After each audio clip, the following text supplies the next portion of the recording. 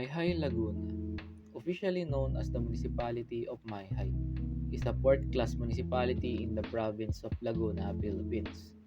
According to its 2020 census, it has a population of 27,893 people. It is located at the foot of Mount Manahaw and stands 1,000 feet or 300 meter above sea level. Good morning to everyone. So we're here to discuss yung naging interview namin with Menro officials of My High Laguna. So there are several questions na itinanong namin sa kanila regarding sa kung papaano ba nila na isa sa patupad at napapasunod ang kanilang mga nasasakupan patungkol sa mga basura at kalinisan ng kanilang kapaligiran. Base sa kanila, katulong nila ang mga barangay captain at sekretary ng bawat barangay sa pagpapatupad ng mga batas at pagpapaalala sa kanilang mga nasasakupan. Sila ang umaattend sa mga meetings na kinokondak ni Menro at ang mga impormasyon naman na ito ay kanila namang ibinabahagi sa kani-kanilang barangay upang maging aware ang mga tao patungkol sa mga batas pangkalikasan at tamang pagtatapon ng basura. Kada linggo, mayroon silang ipinapasa sa Menro ng mga weekly reports with pictures sa mga clean-up drive na ginagawa nila sa kanilang barangay. At meron ding mga survey sa mga kabahayan kung saan inaalam nila kung nasesegregate ba na maayos ang mga basura sa bawat tahanan. Ang mga datos na ito ang nagiging reference ng Menro kung ano nga ba ang kanilang mga susunod na hakbang o upang malaman kung magkakaroon ba ng mga pagbabago. Sir, good afternoon po. Are there municipal ordinances in place that are related to environmental management, particularly in the areas of solid waste management and air pollution control? If so, could you provide details on these ordinances? According to the interview, isa sa mga batas na kanilang pinapatupad ay ang Clean Air Act.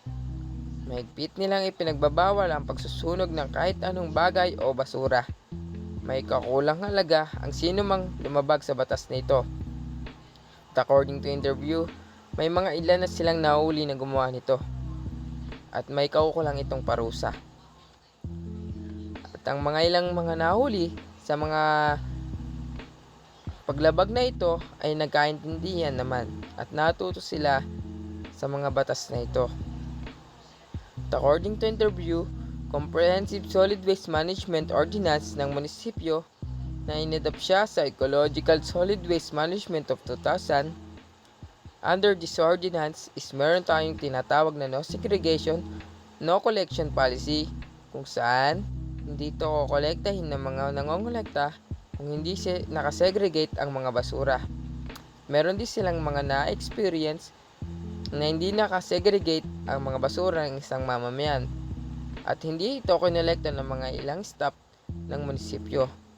At nagdulot ito ng init ng ulo ng isang mamamayan at tinapon ng mga isang mamamayan ang mga basura nila sa kalsada. Yun, naobserbahan namin na kung paano nga ba naging epektibo yung ordinance sa pagdating sa solid waste management. So, according to Menro Head, every barangay ay may binibigay silang template wherein doon nila malalaman once na pinasa yung mga papel sa kanila. So, malalaman nila or mamamonitor ng Menro kung ang bawat kabahayan sa kanilang barangay ay talaga nagsesegregate ng kanilang waste. In fact, around 90% ng mga kabahayan sa Mayhay is nagsesegregate ng kanilang waste. So, this only means na talagang napakadisiplinado at napakabait ng taga Mayhay pagdating sa kanilang mga basura. Nung sinusunod nila and in line with that, sinusunod ng mga taga Mayhay yung tatlong polisiya nila na bawal magkalat, bawal magsunog, bawal magtambak, especially ng mga basura sa mga water bodies kasi meron silang ilog na talagang dinadaluyan ng mga tubig, and ang pagkatapong doon is talaga may multa. So since walang sanitary landfill ang bayan ng Mayhay, yung kanilang mga residual waste is tinatambak muna sa kanilang closed dump site. Then may mga mixed waste pa rin talaga, that's why nagsesecrete pa rin talaga pagdating sa dump site or containment area nila. So with regards to waste na iipon nila sa closed dump site, meron naman silang kinakausap or meron silang connection outside the Mayhay, which is in Santa Cruz.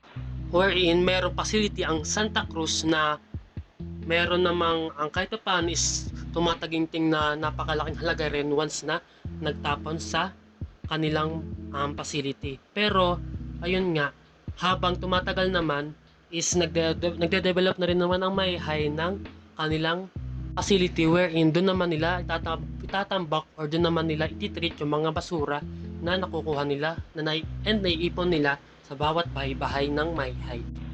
Ang LGU ng Mayhay ay nagbahagi ng kanilang best practices and innovative approaches para mapa-implement ang solid waste management sa kanilang bayan. Example nito is nagigiling sila ng basura and ginagawa nilang pataba yung mga biodegradable na basura such as mga kitchen waste, kino-convert nila into fertilizers throughout the process of rotating composter. So ang process is yung mga biodegradable waste, for example, yung mga gulay, before siya dalhin doon sa mga composter, is idinadaan muna nila ito sa shredder, then yung na-shred nilang waste, isahaluan nila ng 50% na kusot, then nilalagyan nila ito ng bioenzymes or molasses. Yung molasses is gawa siya sa sugarcane and yun yung nagbi-minimize ng bad smell sa waste. So that pag nilagay na nila ito sa composter, after 24 hours, the process ay idadryer nila yon and ilalagay sa compost bed na uuriin siya hanggang sa umimpis yung mga waste, then hihintayin nila yon hanggang sa magmukhang dumi na ng manok, then pwede na siya gamitin sa fertilizer. So those fertilizers is dinidistribute nila sa mga farmers para magamit nilang pataba ng lupa.